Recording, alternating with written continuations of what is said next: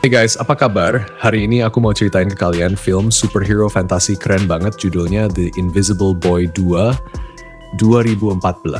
Warning dulu ya, bakal ada spoiler, jadi siap-siap. Yuk langsung aja kita ke TKP. Jadi ceritanya mulai dari ada cowok kurus yang jatuh setelah dia bikin gambar kota di dinding putih. Kota yang dia gambar itu ternyata kampung halamannya sendiri. Nah, terus ada bocah muda namanya Mickey yang pengen banget beli kostum Spider-Man buat pesta Halloween. Dia sampai datang ke toko pagi-pagi buta sebelum sekolah mulai. Tapi sayangnya karena kepagian, tokonya belum buka, jadi dia harus ke sekolah dengan tangan kosong. Masalah nggak berhenti di situ. Waktu ujian, HP-nya Mickey disita guru karena ketahuan dia lagi motret diem-diem cewek yang dia suka banget, yang dia sebut sebagai goddess. Pas lagi kesel gitu, tiba-tiba ada polisi cewek masuk ke kelas dan bilang kalau si gendut kecil teman sekelas mereka hilang. Ternyata Mickey itu anaknya si polisi. Meskipun gitu, Mickey sering banget dibully sama teman-temannya. Ada si tukang bully tinggi yang ngerampas duitnya di toilet, nembakin dia pakai paintball gun. Bahkan ngehina dia di depan sekolah. Semua orang nganggap dia cuma bahan candaan. Karena udah dirampok, duit Mickey tinggal dikit banget. Jadi dia terpaksa datang ke pesta pakai kostum Halloween yang murah banget. Tapi, berkat dorongan dari ibunya, Mickey akhirnya nekat buat ngobrol sama si cewek yang dia suka di pesta itu.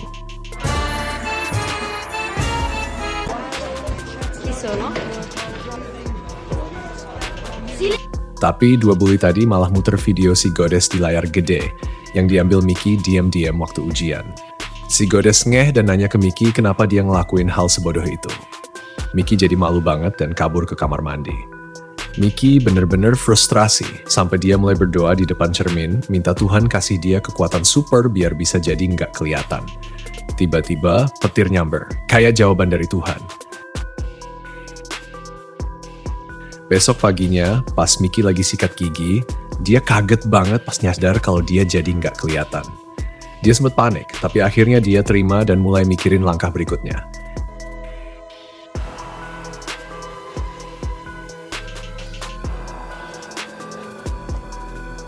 Mickey ke sekolah dengan tubuh yang ditutupin baju, sarung tangan, kacamata, syal, dan topi. Setelah ngeliat si tukang bully tinggi naruh paintball gun di tas sekolahnya, Mickey mutusin buat balas dendam. Dia buka semua baju dan penutupnya, jadi dia bener-bener nggak kelihatan. Pertama dia masuk ke kelas, ngambil paintball gun, dan nembak ke papan tulis pas guru nggak lihat. Abis itu, Mickey pergi ke lapangan tenis, di mana si tukang bully pendek lagi main pertandingan penting. Mickey sengaja ngejahilin dia dan bikin si pendek kalah di depan bapaknya. Bapaknya marah besar, dan si pendek ketakutan gara-gara bola tenis yang tiba-tiba terbang di ruang ganti.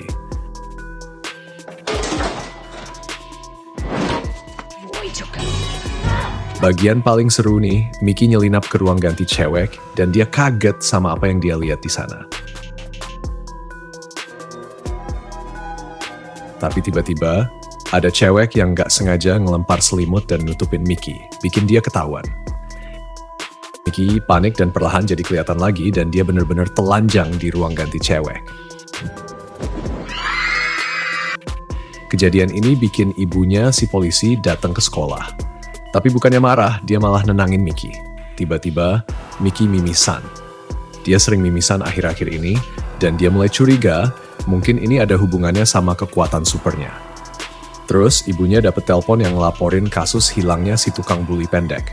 Si polisi mulai nyelidikin kasus-kasus ini, dan ada satu kesamaan. Setiap anak yang hilang, ninggalin pesan atau video yang bikin mereka kelihatan kayak kabur dari rumah gara-gara masalah mental. Jadi ceritanya ada seorang psikolog yang sering datang ke sekolah dan mulai ngasih bimbingan mental ke anak-anak di sana. Sebulan sekali. Nah, suatu hari si Mickey lagi di kelas, terus tiba-tiba dia nyadar tangannya jadi nggak kelihatan. Kaget, dia langsung kabur dari kelas. Tapi sialnya, karena dia kurang hati-hati, adiknya yang masih kecil malah tahu soal kekuatannya.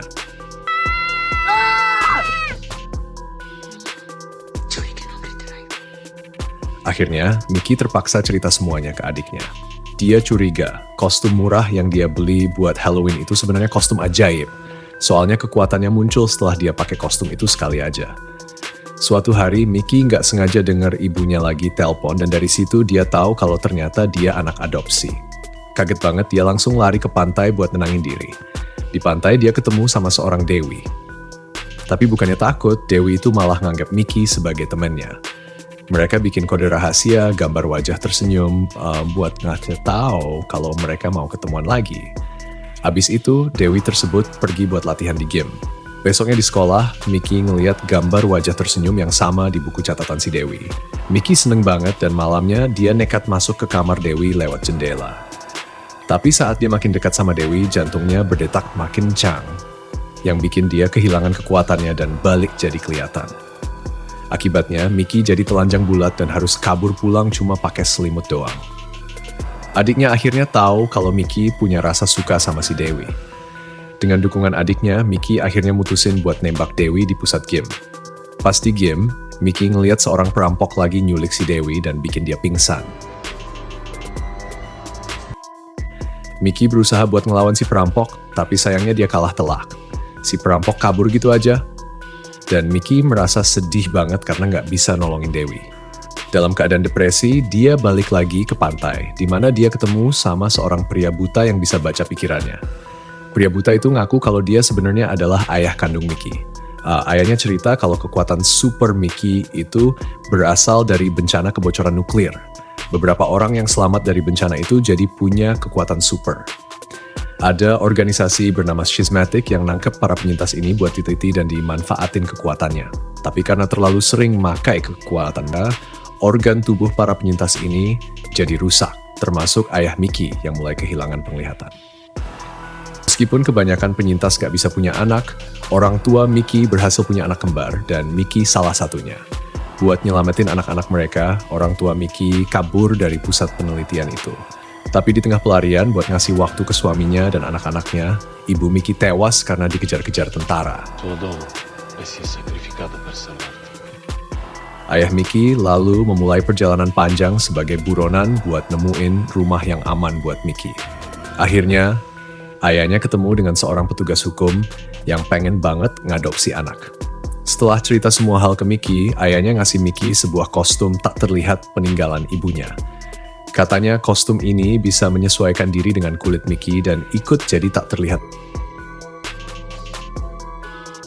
Io ero una delle loro care preferite.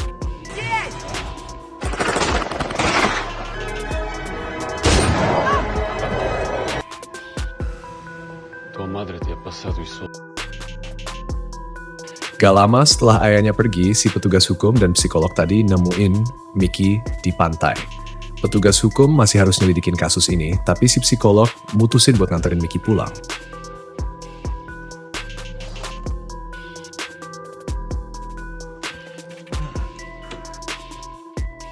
Mickey tiba-tiba nyadar ada perban di pergelangan tangan psikolog itu. Dan gak lama kemudian, dia sadar kalau psikolog itu adalah perampok yang nyulik Dewi.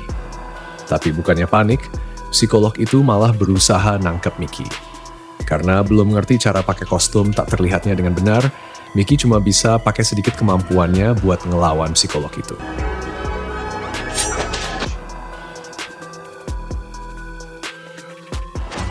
Beruntung, dia berhasil kabur dari rumah dan ketemu sama si tukang bully yang tinggi besar lagi naik motor di jalan.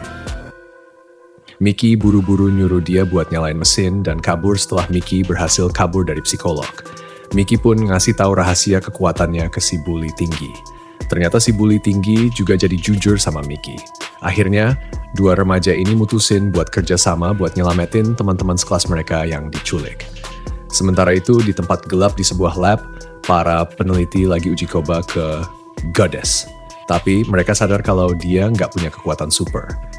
Jadi, mereka ngehapus dia dari daftar target dan ngurung dia di sel gelap bareng dua anak lain yang udah diculik duluan. Goddess, yang pinter, mulai merhatiin struktur ruang sel dan dia dapat ide buat kabur. Dengan bantuan dua anak itu dan kemampuan gimnastiknya, dia berhasil kabur, naik ke atap, dan pakai sinar di atas menara buat ngirim sinyal rahasia ke langit. Sinyal wajah tersenyum. Untungnya, Mickey dan si bully tinggi lagi nyari keberadaan mereka. Begitu lihat sinyal senyum itu di awan, mereka langsung menuju pelabuhan tempat sinyal itu dikirim. Tapi Goddess ketahuan lagi sama para penjaga. Mickey masuk ke kapal selam dengan gampang pakai kekuatan supernya. Sementara si bully tinggi bikin kekacauan dengan nembakin paintball ke pelabuhan. Gak lama, Mickey nemuin dan nyelamatin 3 temannya. Waktu mau cabut, Goddess ngotot buat nyelamatin kakek tua yang dikurung di dalam kapal selam itu juga. Mickey suruh 2 anak lainnya buat pergi duluan, dan dia balik buat nyelamatin kakek tua bareng Goddess. Tapi, ternyata ini jebakan. Sebenarnya, salah satu pemimpin kelompok Schismatic punya kekuatan buat ngontrol pikiran siapa aja yang dia sentuh. Mereka jadi kayak boneka yang nurut sama perintahnya, termasuk psikolog dan Goddess. Pemimpin itu ngasih tahu Mickey kalau ibunya masih hidup dan dia pengen ketemu lagi. Tapi Mickey cuma tahu kalau ibunya itu petugas hukum cewek dan gak ada yang bisa gantiin dia. Sementara itu, ayahnya Mickey ngerasain kalau Mickey lagi dalam bahaya. Dia langsung datengin petugas hukum cewek itu dan mereka berdua menuju pelabuhan.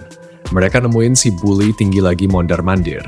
Tapi yang lain udah pergi dari pelabuhan dan perangkat bom di pelabuhan juga udah aktif. Petugas hukum itu nyelamatin 2 anak lainnya dan psikolog yang udah dikontrol pikirannya. Pas ngelihat hitungan mundur bom yang cepet, mereka semua buru-buru keluar dari pelabuhan. Di dalam kapal selam, Mickey ngeliatin Goddess yang pingsan dikurung sama Schismatic. Dia khawatir banget sama keselamatan Goddess. Potensi Mickey akhirnya terpiku, dia berhasil ngalahin Schismatic dan buru-buru masuk kapsul penyelamat bareng Goddess, lalu meluncur ke permukaan laut. Di tepi pantai, demi ngejaga Mickey, ayahnya pakai kekuatannya buat ngilangin ingatan semua orang yang lihat kekuatan super Mickey yang bisa ngilangin diri, termasuk ingatan petugas hukum itu. Jadi, dia nggak bisa inget proses penyelamatan anak-anak itu. Meski begitu, dia tetap dapat semua kehormatan dan jadi pahlawan besar di seluruh kota. Di depan Goddess, Mickey sekarang udah nggak gugup dan penakut lagi. Akhirnya, dia berani buat ngobrol sama cewek yang dia suka. Ternyata, pas kabur dulu, ayahnya Mickey diam-diam bawa 2 bayi kembar keluar, yang artinya saudara kembar cewek Mickey masih hidup dan sembunyi di negara lain. Selain itu, ada jenderal cewek yang marah banget pas tahu misi Schismatic gagal. Tapi jenderal yang juga punya kekuatan menghilang ini ternyata ibu kandung Mickey, dan dia buat ngejalanin rencana selanjutnya. Sampai di ujung cerita dan udahan filmnya guys. Saya Jens pamit, sampai jumpa di video selanjutnya. Bye-bye.